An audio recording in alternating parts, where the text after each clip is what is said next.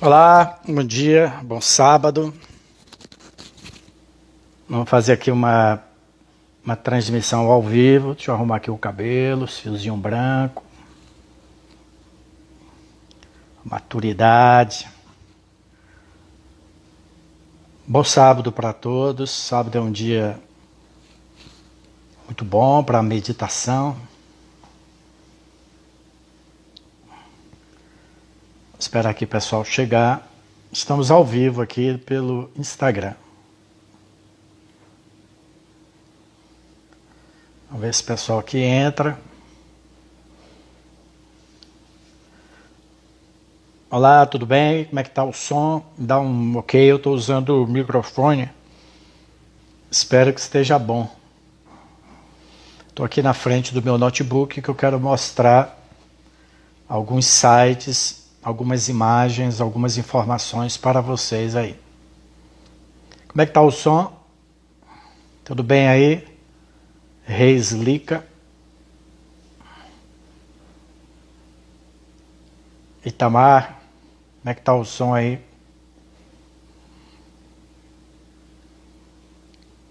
Tudo bem aí, né? Estou fazendo essa live aqui espontânea. Como é que tá o som aí, Lucas, Tamildo? Só me dá um feedback, só ok, né? Eu estou aqui na frente do computador, estava fazendo uma meditação, uma pesquisa aqui na Bíblia, uma passagem muito importante, e decidi fazer essa live, porque depois eu salvo aqui nos meus stories, tá? Deve ficar balançando um pouco, porque eu estou com um tripé, e também às vezes eu vou publicar para vocês aqui alguns sites que eu quero que vocês vejam, tá? Eu vou estar projetando aqui alguns sites para você. Bem, eu estava meditando sobre o texto, se você quiser abrir sua Bíblia, em Mateus capítulo 16, versículos 13 a 20. Esse versículo é muito importante porque Pedro faz a declaração dos séculos. A declaração mais importante, mais revolucionária, transformadora que uma trombeta, que uma proclamação pode anunciar. Tu és o Cristo, o Filho do Deus vivo. Bem, como introdução eu quero lembrar o seguinte. Mateus é o evangelho que descreve o reino de Deus, é o evangelho que mais fala do reino.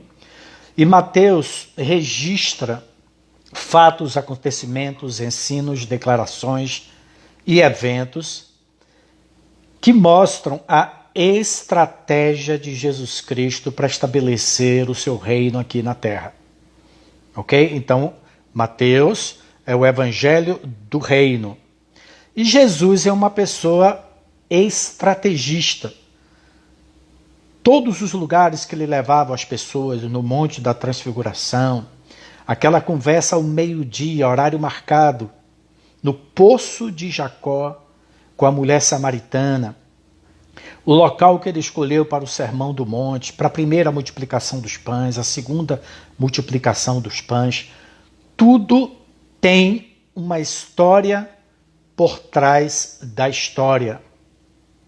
Se você faz uma leitura superficial da Bíblia, você não entende os sinais, as revelações que estão por trás do texto. Então, toda vez que nós vamos ler as Escrituras, nós precisamos observar o palco, o ambiente, os personagens, a região geográfica, os elementos que estão presentes naquela narrativa. Ok? É como uma peça de teatro. A roupa, a iluminação, o palco, os objetos, os utensílios, tudo tem um significado. E eu quero trazer um entendimento maravilhoso. De vez em quando eu vou projetar para vocês aqui algumas imagens. Eu estou na frente do meu notebook, eu estou com um tripé, por isso que está balançando um pouco. E depois eu vou salvar essa live. Eu já fiz aqui no Stories uma chamada com algumas imagens que eu quero mostrar para vocês a respeito da declaração. A declaração mais revolucionária do universo. Tu és o Cristo, o ungido, o Messias, o Filho do Deus vivo. Nem as portas do inferno podem prevalecer sobre esta declaração. Mateus, capítulo 16, versículo 13 a 20, fala o seguinte. Lembrando, Jesus era estrategista, então ele leva os discípulos para esta região. Versículo 13 fala assim: indo Jesus para os lados de Cesareia de Filipe, perguntou aos seus discípulos: quem diz o povo ser o Filho do Homem? Então observe que Jesus leva os seus discípulos para uma região chamada Cesareia de Filipe e provoca os discípulos a uma declaração. Quem dizes o povo ser o Filho do Homem?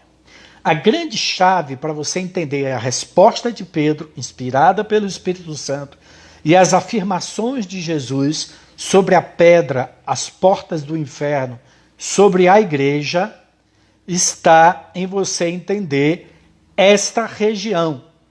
Então, para quem está chegando, abra sua Bíblia, se você tiver, Mateus 16, 13 a 20. Então, Jesus estava numa região chamada Cesareia de Filipe. Toda vez que você lê as Escrituras, você tem que entender o texto, o contexto, identificar os lugares, os nomes de cidades, de objetos, de árvores, de símbolos, de pessoas, o significado hebraico daquela palavra. Então, todo um contexto conta uma história por trás da história. Então, Jesus leva os discípulos para a região de Cesareia de Filipe e lá pergunta: quem diz o povo ser o Filho do Homem?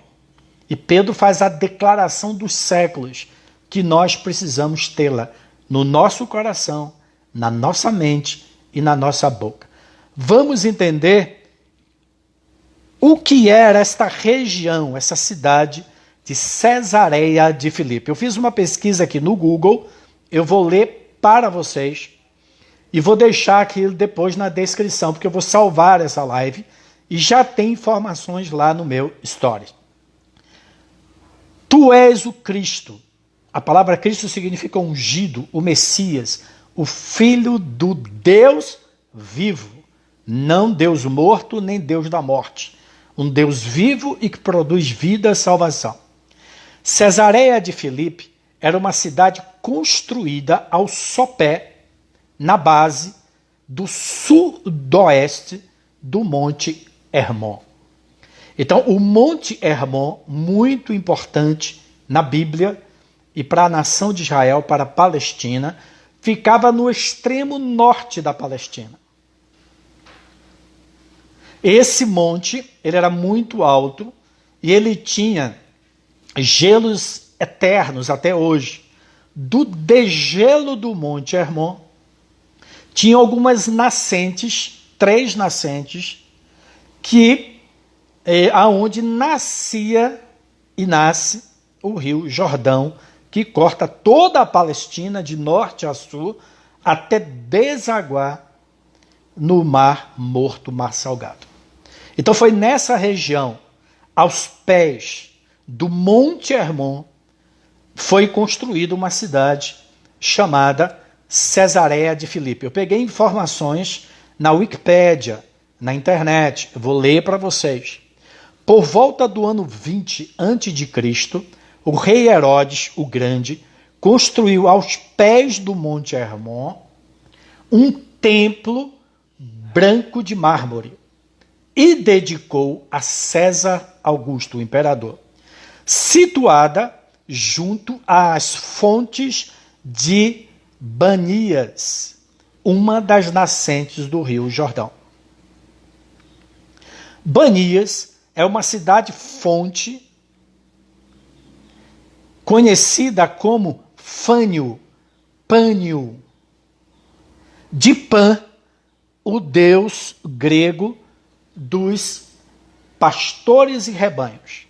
Então, na cidade de Cesareia, existia um templo, um culto a vários deuses. O principal deles era o deus Pan, P-A-N. É o deus que eu vou explicar, vou mostrar foto para você. Então foi neste lugar que Jesus levou os discípulos, em Cesareia de Filipe, aos pés do Monte Hermon, na região extremo norte, nos limites norte da Palestina. No passado, havia uma grande fonte oriunda de uma caverna na pedra calcária. Vou te mostrar fotos dessa pedra calcária que existe até hoje. Abastecida pelo ribeiro conhecido como Naal Senir. O Rio Jordão se abastece desta fonte e de mais outras duas que nascem nas bases do Monte Hermon. Este local era certamente um grande local de culto de vários deuses, mas o local foi preparado originalmente para a adoração do deus Pan, P-A-N. Principalmente a caverna que alimentava com suas águas o Rio Jordão. Então, junto do templo ao deus Pan, existia uma gruta, uma caverna, aonde, segundo a mitologia grega, esse deus Pan levava suas vítimas. Ali, o deus Pan levava crianças para sacrifício, levava mulheres para também serem sacrificadas, grávidas e não grávidas. Vamos estudar um pouco mais sobre esse deus Pan. Pan, em grego, P-A-N, Pan. Na mitologia grega, é o deus dos bosques, dos campos, dos rebanhos e dos pastores. Vive em grutas e vaga pelos vales e pelas montanhas, caçando ou dançando com as ninfas. É representado com ovelhas, chifres e pernas de bode. Amante da música, traz sempre consigo uma flauta. Deixa eu projetar para vocês aqui a imagem do deus Pan. Eu estou pegando aqui da Wikipédia, enciclopédia. Olha aqui, este é o deus Pan. Metade homem, metade animal. Tem outras fotos aqui do deus Pan. Olha aqui, várias fotos do deus Pan. Ele tocava flauta para atrair as suas vítimas. Ok? Esse é o deus Pan. Olha aqui, a arqueologia descobriu a gruta. Tá? Já eu falo, tá? Falta, olha aqui a gruta. Esta gruta é muito importante, ficava do lado do templo do deus Pan. Então, voltando aqui para mim e voltando aqui para o texto que eu vinha lendo. O celular está ocupando um pouco aqui à frente. Então, ele tinha orelhas e chifres e pernas de bode e metade homem. As orelhas também eram de animal. Ele era temido por todos aqueles que necessitam atravessar a floresta à noite, pois as trevas e a solidão da travessia os predispõem a pavores, medo, pânico súbitos, desprovido de qualquer causa aparente, e que são atribuídos esse pânico, esse medo ao deus Pan. Daí o termo pânico. Então, o deus Pan, traduzindo a palavra Pan, significa medo, pânico, pandemia.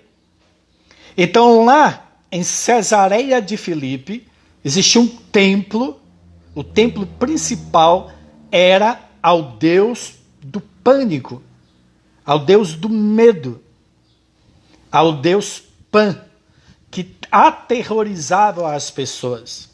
E do lado do templo, a este deus grego, da mitologia grega, além de outros deuses que eles adoravam naquela região, existia uma gruta. Eu vou falar dessa gruta já já.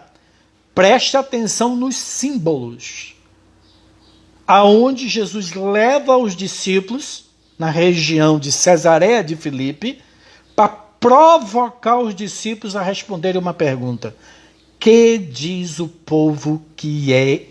Né? Que diz o povo ser? Quem diz o povo? Quem diz ser o povo? Quem diz o povo ser o Filho do Homem? Então Jesus era estrategista. Levou os discípulos naquela região e provocou os discípulos a uma declaração diante do templo do Deus do pânico. Do Deus do pânico. Pan teria sido, preste atenção, filho de Zeus. Zeus era o deus maior da mitologia grega. Então, Pan, o deus do medo, do pânico, do pavor, era declarado filho de Deus, com a sua ama de leite, a cabra Amalteia. Bem, aí entra uma outra grande coisa importante para você entender o que vai acontecer, as declarações de Jesus, de que sobre esta revelação de Pedro, de que Cristo era o ungido, o Cristo, o Messias, o Filho do Deus vivo, e de que ele edificaria a sua igreja sobre essa revelação e sobre esta declaração, e as portas do inferno não prevaleceriam sobre esta revelação e sobre esta proclamação. Que dizem? O que você diz? O que você proclama? É muito importante nós proclamarmos, fazermos essa declaração, porque as portas do inferno não prevalecerão sobre esta declaração. A pandemia, o pânico, o medo, a estratégia de Satanás de escravizar as pessoas por causa do medo, conforme fala Hebreus, vai ser destruída com esta declaração. Com relação a esta gruta, o que é que significava aquela gruta do lado do templo do Deus do pânico, do medo? É importante saber que muitos judeus acreditavam que as portas do inferno se encontravam em Cesareia de Filipe, pois existe ali, até hoje, próximo do local onde ficava o templo de Pan e suas ninfas, uma enorme gruta, que naquela época era considerada aquela gruta entrada do mundo das trevas, as portas do inferno. Por isso, esta área não era frequentada pelos judeus. Então, Jesus, em Mateus, veio manifestar, confrontar o mundo espiritual. Por isso ele levou os discípulos em Cesareia de Filipe, na base do Monte Hermon, na frente do templo de Pan, ao lado da porta do inferno. Olha aqui a imagem desta gruta, que era considerada a porta do inferno. Aqui, ó, esta gruta, que ficava do lado do templo do Deus Pan. Porque o povo dizia que o Deus Pan, à noite, levava suas vítimas ali para atormentá-las e matá-las. Inclusive havia um culto de morte de crianças e de mulheres grávidas, mulheres virgens, né? Um sacrifício de mulheres e crianças nesta gruta. Agora, olha o que eu encontrei aqui. Essa explicação. Tá vendo? Tá vendo aqui a gruta? Olha aqui a gruta. Tá vendo? A gruta do Deus Pai. Aí sim, nós podemos entender o resto de Mateus 16, 13 em diante. Vamos continuar? Tá bom o som aí, pessoal? Dá um ok. Tudo bem aí? Tudo bem aí, Eliseu, o som? Vamos partir aqui para a segunda parte, Mateus 16, 13. Só me dá o ok se o som tá bom. Eu estou usando o microfone aqui, espero que não esteja balançando. Ok, Henrique? Vamos continuar. Indo Jesus para os lados de Cesareia de Filipe, essa região que eu expliquei para vocês, perguntou aos seus discípulos: quem diz o povo ser o Filho do Homem? E eles responderam: uns dizem João Batista, outros Elias, e outros Jeremias ou qualquer dos profetas. Mas vós, uma pergunta direta, continuou Jesus: quem dizeis que eu sou? Respondendo Simão Pedro disse: tu és o Cristo. A palavra Cristo significa ungido, o Messias, o Filho do Deus vivo. Então eles estavam ali diante do templo do Filho de Zeus. E Pedro declara: Cristo é o Filho do Deus vivo. Não o Deus do pânico, não o Deus da morte, não o Deus da pandemia, mas do Deus da vida. Então Pedro declara isso diante do templo do Deus Pan, em Cesareia de Filipe. Então Jesus lhe afirmou: bem-aventurado, feliz és Simão Bar Jonas. Bar em grego é filho, hebraico. Jonas, filho de Jonas. Porque não foi carne e sangue que tu revelaram, mas meu Pai que está nos céus. O Pai confirma a autoridade do Cristo, do ungido, do Messias, do Filho do Homem. Também eu te digo, e Jesus acrescenta, que tu és pedra, e sobre esta pedra, aqui existe, em uma futura oportunidade, um jogo de palavras, de pedrinha. Tu és uma pedrinha, Pedro. Mas sobre esta pedra, que é Cristo, observe que eles estavam diante de uma grande pedra, onde tinha uma gruta. A pedra, Cristo, veio destruir a pedra, a gruta da porta do inferno. Então o reino de Deus, Cristo, veio confrontar, destruir, desempossar, destituir o poder daquele Deus do medo, da pandemia, Deus Pan, o Filho de Zeus. Então, o Filho do Deus vivo confronta o Filho de Zeus. A grande pedra cortada sem auxílio de mão, segundo a interpretação do sonho de Daniel, do rei Nabucodonosor, vem confrontar aquela gruta, aquela porta do inferno. Olha que coisa fantástica. É a história por trás do texto. Como eu falei no início, a gente precisa estudar os nomes, a geografia, a cultura, a história, para que a gente possa tirar o conteúdo mais rico do que está atrás do texto. E Jesus continua: toda vez que nós temos a revelação de Cristo, nós somos transformados à imagem dele.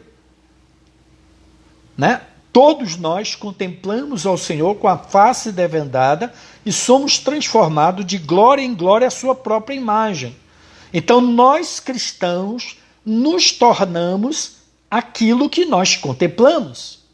Se eu contemplo a rocha, Cristo, eu me torno uma pedra. Se eu contemplo o amor, eu me torno uma fonte de amor. Se eu contemplo a graça, eu me torno uma fonte de bondade, de generosidade, de graça. Ok? Então, nós nos tornamos pedra porque tivemos a revelação de que Cristo é o ungido, o Messias, o Filho do Deus vivo. E sobre esta pedra, Cristo, a revelação de Cristo, edificarei a minha igreja, e as portas do inferno não prevalecerão contra ela. Jesus estava diante, naquele momento, da porta do inferno.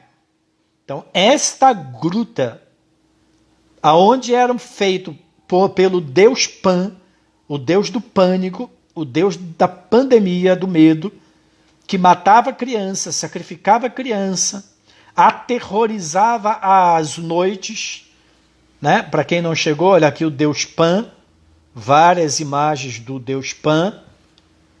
Olha aqui o Deus Pan, metade cabra, metade homem, e usava uma flauta para cantar músicas de pânico. Hebreus fala que Satanás tem pelo medo. Nós estamos julgando hoje, sábado, dia 19 de junho de 2021, julgando o Deus do medo, o Deus do pânico e o Deus da pandemia. Com a simples declaração, Cristo, o ungido de Deus, ele é o Filho do Deus vivo. Então, Cristo declarou que diante daquela porta, daquela gruta, era tida pelos judeus da época como a porta do Hades, a porta do inferno. E em todos os lugares do mundo, aonde houver pânico, o domínio do medo para escravizar as pessoas, dominar as pessoas, levá-las à depressão, ao suicídio, à morte. O medo congela a iniciativa da fé, leva a uma descrença. Esse espírito é julgado, porque a igreja de Cristo está fundamentada sobre uma pedra que confrontou, destruiu o Deus do medo. Ok?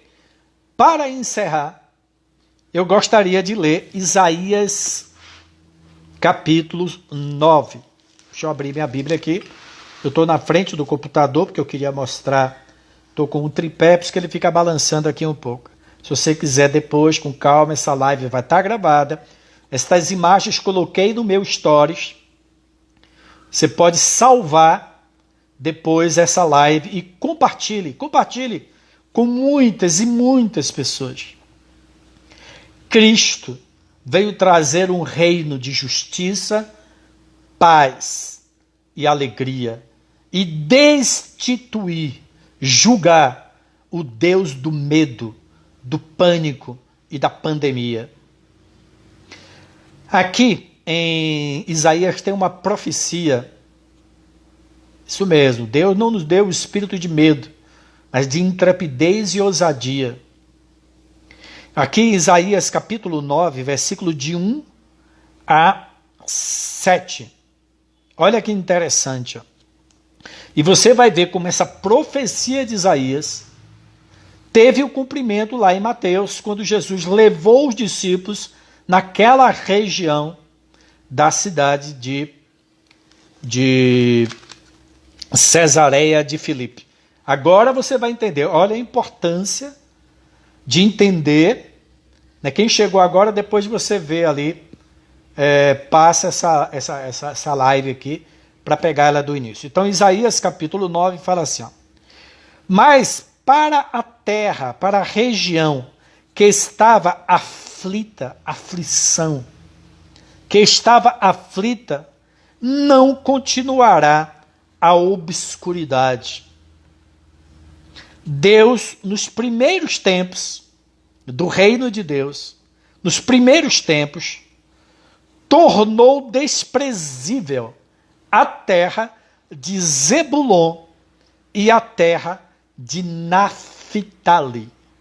Há várias profecias no Antigo Testamento que esta região de grandes trevas, que durante milênios existia adoração a deuses do medo, do pânico, do pavor, da morte de crianças, morte de mulheres, etc., uma grande luz iria surgir. Aonde fica geograficamente esta região de Zebulon e Naftali? Olha aqui, ó. Olha aqui. A região de Zebulon, o Mar da Galileia, Naftali e o Monte Hermon. Fica no extremo norte da Palestina, na região da Galileia, perto do Monte Hermon, aonde foi construída a cidade de Cesareia e aonde tinha o templo do deus Pan, e aqui com o desgelo das águas do gelo do Monte Hermon, tinha 3 fontes que alimentavam o rio Jordão, caía no Mar da Galileia e descia aqui, ó, toda a Palestina até desaguar no Mar Morto.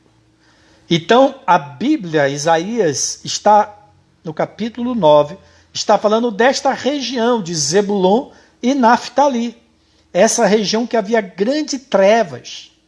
Por isso que Jesus precisava chamar os seus discípulos e ir lá naquela região para que o Pai, através do Espírito Santo, revelasse a Pedro, o apóstolo, que seria uma pedrinha, que seria o fundamento da igreja. Lembre-se que a igreja nasceu em Atos, debaixo da autoridade apostólica de Pedro, Tiago e João. Eram as colunas, as pedras. Então já é uma profecia sobre a vida de Pedro, sim, porque Pedro seria uma das pedrinhas, porque todo mundo que tem a revelação de que Cristo é a rocha, eu sou uma pedra, você é uma pedra. Lá em Efésios fala que nós somos pedras vivas, edificadas para a morada de Deus em espírito. Nós somos pedrinhas, quando temos a revelação de que Cristo é o Messias, o ungido, o Filho do Deus vivo.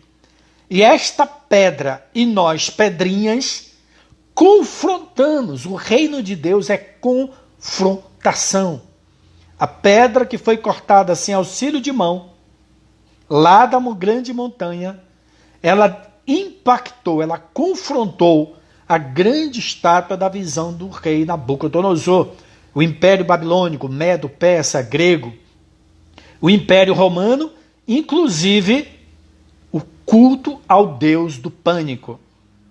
Nós estamos julgando esta pandemia em todo o mundo com a declaração de que Cristo é o Filho do Deus vivo e as portas do inferno, o medo e o pânico não têm acesso ao povo de Deus e ao mundo. E a mídia é um instrumento para produzir pânico com notícias negativas, maximizando o mal, dando lupa ao mal, às coisas negativas. Isaías capítulo 9, para encerrar. Né? Tornou desprezível a terra de Zebulon e a terra de Naftali. Mas nos últimos, quer dizer, nos primeiros tempos, mas nos últimos, tornará glorioso o caminho do mar da Galileia, além do Jordão, Galileia dos gentios. Por isso que Jesus Cristo começou o seu ministério na região da Galileia. Porque a região que havia grandes trevas, viu grande luz. A Galileia dos gentios. Jesus começou o ministério dele na cidade de Cafarnaum. Cafarnaum, que ficava à beira do mar da Galileia. Ali tinha o Monte das Oliveiras, uma região muito importante, a região de Gezaré, do outro lado, onde ele expulsou aqueles demônios, aquela legião de demônios. Já era uma região gentílica. É interessante que Jesus fez duas multiplicações dos pães. Uma do lado da Palestina, e a segunda multiplicação do lado gentil. Duas multiplicações dos pães, para mostrar que ele era o pão, não só para judeus, mas ele era o pão também para os gentios. Ele alimentou os judeus e gentios.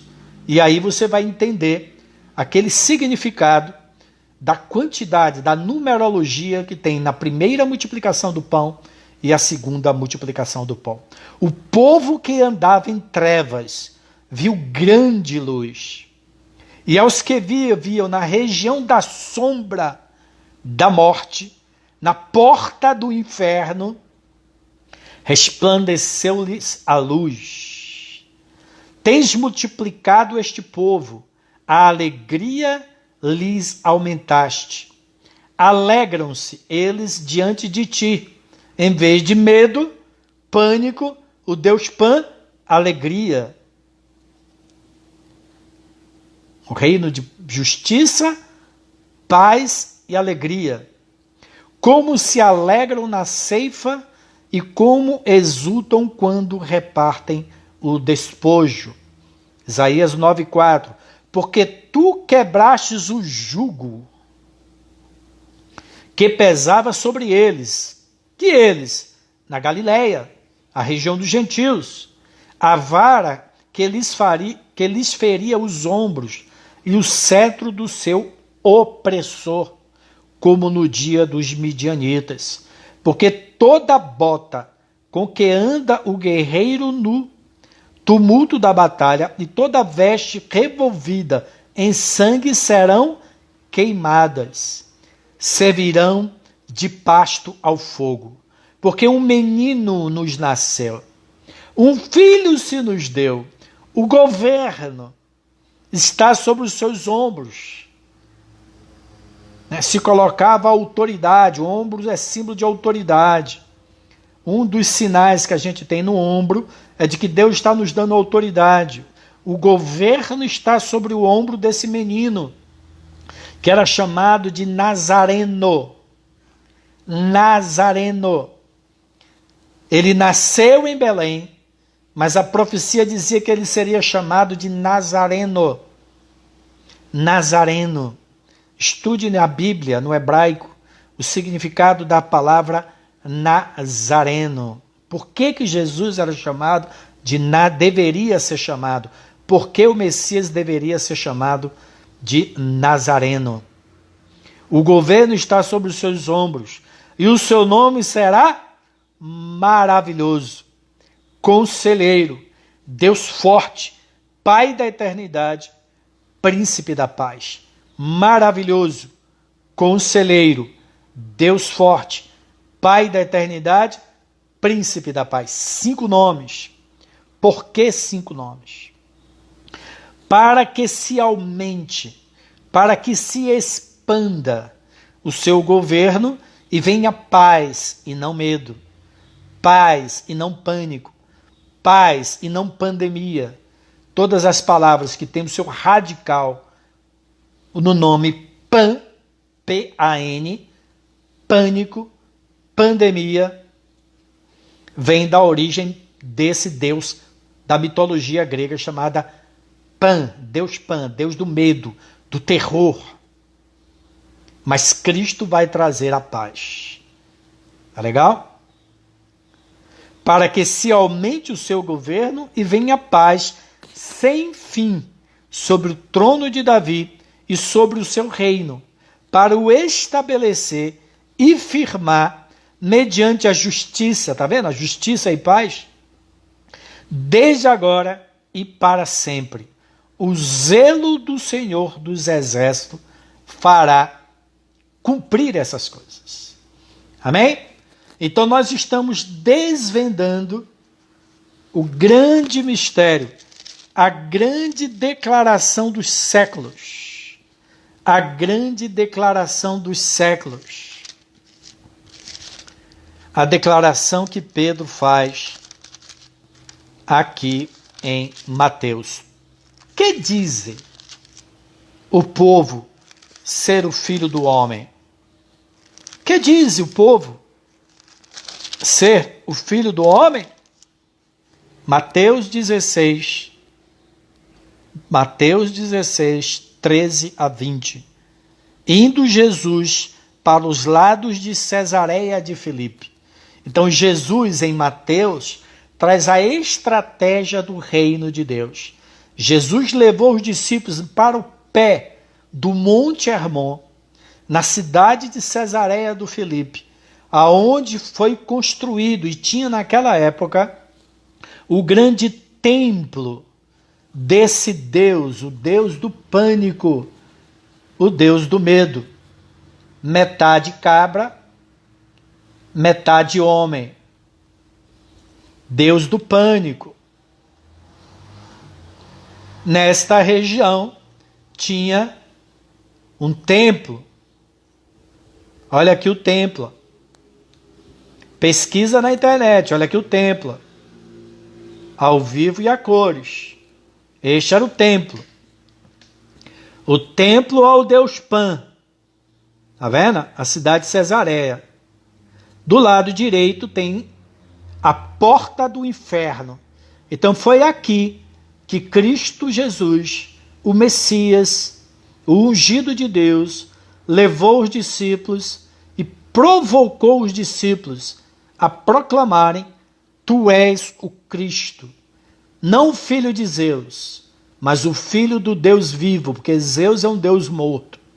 E esta porta do inferno, essa gruta, aonde o Deus Pan levava suas vítimas para produzir pânico, medo e morte, não prevalecem sobre esta revelação. Ok? Então essa foi a meditação que eu estava fazendo. Agora de manhã eu estava pesquisando na Wikipédia, na internet. Digita aí na internet Cesareia de Filipe, Deus Pan, e você vai encontrar esse conteúdo, essas imagens que eu acabei de falar para você. Essas imagens estão lá no meu Stories e eu estou gravando essa live. Compartilhe essa live. O espírito de pandemia, pânico e medo, em nome de Jesus, é julgado e as portas do inferno não prevalecem sobre esta declaração. Bom sábado para vocês.